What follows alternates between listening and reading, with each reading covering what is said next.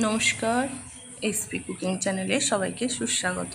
আবারও চলে এলাম চট জলদি একটা লাঞ্চ বক্স প্যাকিং রেসিপি নিয়ে।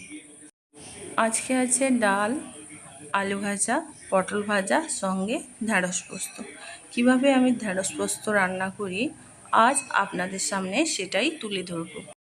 ঢ্যাঁড়স পোস্ত রান্না করার জন্য নিয়ে নিয়েছি 250 গ্রাম মতো ঢেঁড়স, সঙ্গে নিয়েছি 2টো পেঁয়াজ, একটা টমেটো, কাঁচা লঙ্কা, হাফ কাপ মতো পোস্ত বাটা।